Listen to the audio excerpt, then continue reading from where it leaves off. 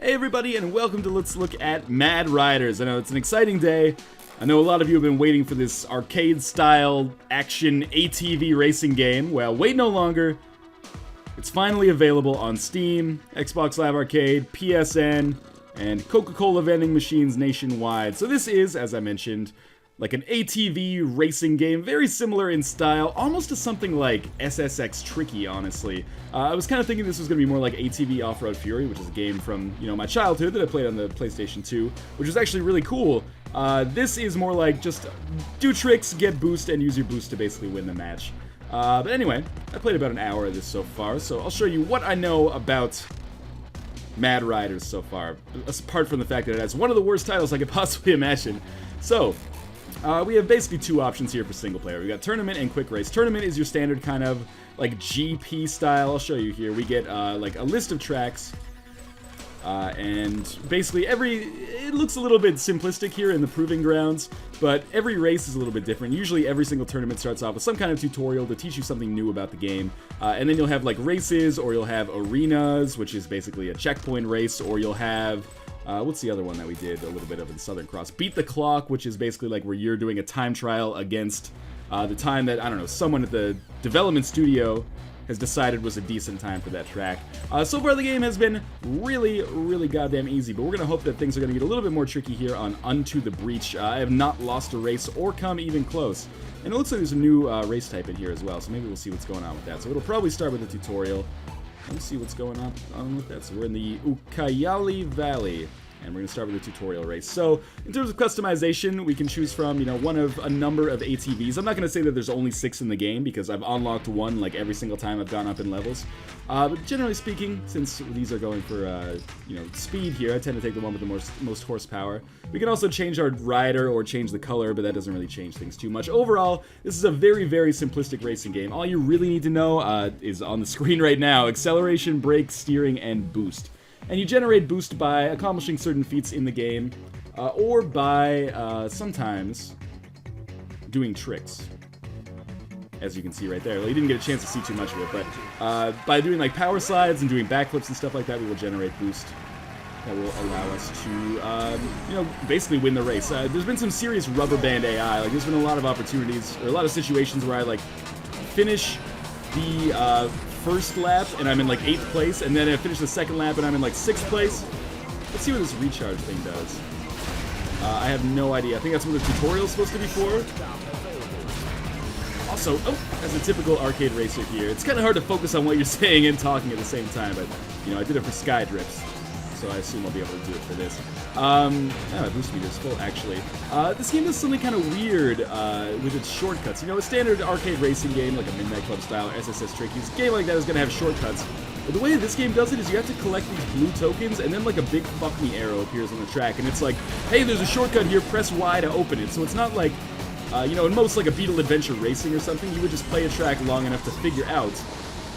I'm gonna figure out what this recharge station does. Oh, it gives me more boost. Okay, I understand now. Yeah, so you can see right there, it basically brings up this big fuck me arrow that says shortcut. So instead of memorizing the tracks or having any incentive to memorize the tracks, all you gotta do is basically wait. Missed those completely. All you gotta do is basically wait, and when those arrows appear, then just follow the arrows to get to the shortcut, which to me feels kind of chintzy. Like, I prefer arcade racing games where you actually have to either find the shortcuts holistically or memorize them yourself. But anyway, okay, we're in 2nd place here. I'm not going to guarantee that I'm going to win because 1st place is fairly far ahead, but I will say that I have never lost so far. So oh, that was bad. So my guess is that we will probably pull it out. Like I said, there's been some serious AI rubber banding, but not in the way you might expect. Like normally in a Mario Kart or something, you're in last place going into the final lap, it's going to give you like a blue shell or something to hook you up. Here it seems like the AI actually just sort of slows down for you, which is nice of them, but maybe I'm going to eat my words because I am only in 2nd place right now. Oh lord, may I actually lose for the first time on camera? Of course. Well, I guess I have a good excuse as I'm talking. Oh, somehow I ended up in 1st place, and this will be the end of the race. Awesome, we finished. Like I said, so far the game has seemed pretty easy. We won, in fact, by over 2 seconds. I'm going to get this mouse pointer out of the way, and then we'll get started here. So yeah, I have not even come close to losing a race, but every time you finish a race, you get some experience based on your stunts and your performance as well. I've been leveling up pretty quickly. When you level up, you usually unlock like new riders, new colors. Sometimes you'll unlock new stunts. Drive on 2 back wheels for some period of time. Okay, that's cool. And I'll show off a little bit more the tricky nature of things. Maybe we'll go to race the clock first. We'll do one more race like that. And let's take a look. Now, we haven't unlocked anything new on that front, but, you know, we've got new camouflage here, so if you really want to deck out your ATV in some, like, aqueous camouflage, there you go. Maybe I'll try to show off a little bit more of the stunting here. So this is Beat the Clock, which is more of the time trial style race, where we're basically just trying to, it's like an arcade style race, basically, from like an actual physical arcade, where you'd get a certain amount of time, and you'd have to get to the checkpoints to go through the gates in order to refill your time before your time runs out. And if I say your time again, I'm going to have to kill myself. I think we all know what drinking game I'm going to probably propose there. So we're just going to do what we've done so far. Like I said, been really easy. I really like how the game points out that there's multiplayer available at all times. Okay, I guess I crashed into the wall or something, and somehow unlocked boost for that. Yeah, like I said, I really like how the game points out there on the right side, or that there's multiplayer available, because I wouldn't have been able to figure that out for myself if I didn't have a giant, like, prompt to tell me that there are people playing this game right now. Are there people? Okay, I get it. Yes, okay, we made it through the gate. That was probably the closest I have ever come to missing a gate in these. What? I didn't even crash there. Like, sometimes, I don't know, man. Sometimes the game will reset you in situations where it seems like you were doing just fine, and then it will stop you in situations, or it will let you keep going in situations where there's absolutely no way for you to get out. Anyway, I guess that's kind of par for the course in a lot of these arcade racing games. So we can do tricks, we can do like backflips and whatnot. I guess I messed that one up. The way we're doing that is just by like holding down the A button and then moving our left analog stick in the direction. So I'm doing some sick whips there. We're actually gonna lose this one. Let's see. Okay, you know what? I feel bad because this is the first time I've ever lost, but we'll restart it. I think it's all because of that jump that I messed up. It's worth noting you can actually steer in the air, so that's probably what I should have been doing. And also probably trying to like power slide more to gain more boost, because if you power slide, that gives you boost fairly easily. Now we can also land on targets like that to get extra points, but or extra boost, I should say. But I missed that one completely. So far, let's put it this way: boost has not been something that has been hard to come by. I've been getting it by accident a lot of the time. Come on, I missed that target as well. We should try doing a wheelie. We just unlocked that. But definitely want to make sure that I get these shortcut tokens whenever possible as well, because that's obviously going to speed things up. He says as he misses 2. But yeah, generally speaking, this reminds me a lot of like playing SSX Tricky as a racing game, which is basically like it's all about boost management. It is not necessarily a bad thing. I mean, it controls okay. It doesn't control great, but it controls okay. And so far, I've been feeling like this game is, god damn it. This game is relatively competently done, but I certainly don't feel, even at $10, that a lot of people are going to get their money's worth here. But it's worth noting that I have not checked out the multiplayer component yet. I'm hoping to do that. Actually, where's the shortcut here? There we go. I unlocked it. I guess I'll just follow the arrow. I haven't checked out the multiplayer. I'm hoping to do that, actually, in this video itself.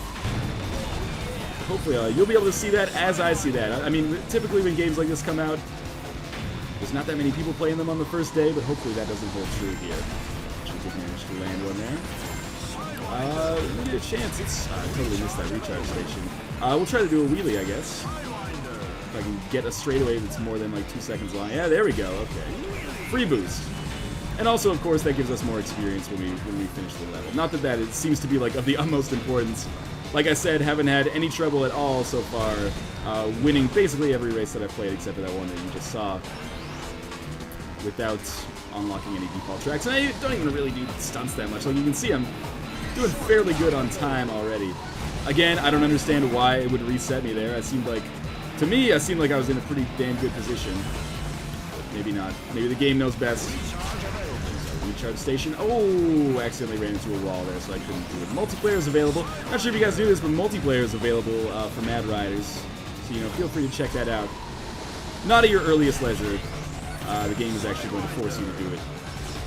Yeah, did exactly the same shit again. Actually, I think I got those tokens that time.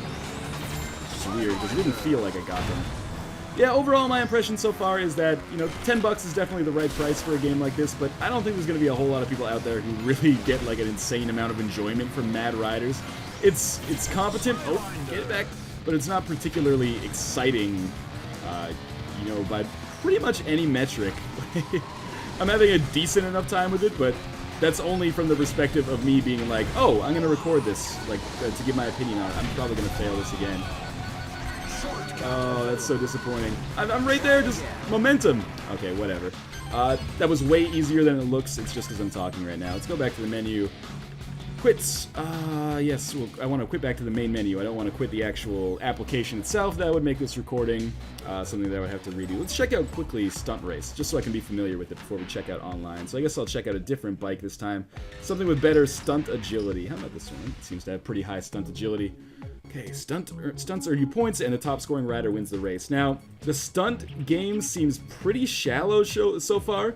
All I know how to do is backflip, whip, and wheelie. And whip is just like turning your ATV to the side.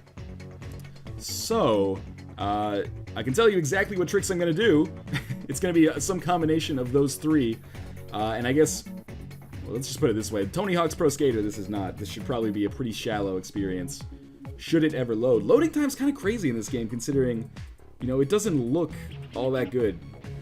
Also, I think this game is probably one of the worst soundtracks of the year. I have not enjoyed a single track that I've heard. It all just seems like borderline royalty-free filler music. Yep, stunts earn you points, and the top-scoring rider wins the race. I'm with you so far. I'm with this bumpin' track, too. Any chance that the game is still playing here? Or are we trapped in this loading screen ad infinitum? Oh, there we go, finally. It's kicked us out back into the game. That's awesome. Okay, stunts earn you points. Top scoring rider wins. So we'll see how good it handles the stunt component, because so far, it's been pretty lacking. Yep, definitely missed that first jump. And kind of just crashed into the wall right there. So far things are not going so well. But I guess power sliding gets you points, which is a little weird. Kind of expected it to be like a, maybe not a half pipe, but something along those lines. So completed 2 tricks there. That's going to bring us up into 8th place. It's reasonable, I guess. I'm going to save my boost for these jumps, obviously. I think that's going to be, unless it's, you get more points the faster you finish, too. That was kind of close, but we made it happen. Now we are in first place in the race. But I think score is more important, so I'm kind of confused about that position meter on the top here. Unless it's like, oh, you can land it? Yeah, unless it's like, that is actually score, and it's just a coincidence that I happen to be leading the actual race as well. Or maybe it's like whenever the first person finishes the race. Oh, that was terrible. Whenever the first person finishes the race, then it's just over for everybody. In which case, I'm being a huge dick right now, I guess. Backflip, do a little whip. Like I said, super not complicated. You could call it accessible, or you could call it way too goddamn easy. I totally messed that up, but I think we're going to be fine regardless. Actually, shoot the boost here if possible. Nope. So is that the end of the race? That was what we had that like minute-long loading screen for? Cool, and I guess we'll just wait for them to finish. Way more points, and I finish in first. Like I said, game is casual scum easy right now. But anyway, so we'll kick back to the main menu. I think we've seen basically all you need to see in the single player of Mad Riders. As a single player experience, it's difficult to recommend. Even as someone who's a big fan of arcade racers, you probably, I don't know, maybe want to check out the new SSX instead. It's 5 times more expensive, but you know, you might get your money's worth. You know, you get what you pay for sometimes. I don't really want to do a quick race. Suffice to say, we can see all the races available in the game. I guess I have seen all of them now, except for Ghost Challenge, which is just racing against a ghost, I guess, of yourself or someone better than you.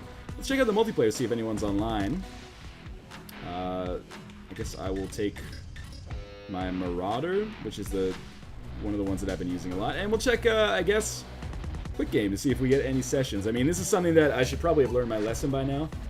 And usually it's difficult for me to join a game, especially when it's first come out. Although you'd think like a lot of people would be playing it on its first day.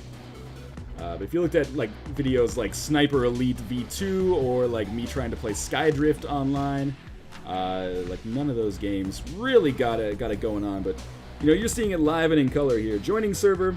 Hopefully we don't get too many more server errors, because that would be, you know, probably bad for the game's business if Live on camera, the game just doesn't work and doesn't connect to anybody. The connection to the host has been lost or the game session no longer exists. You're being returned to the main menu.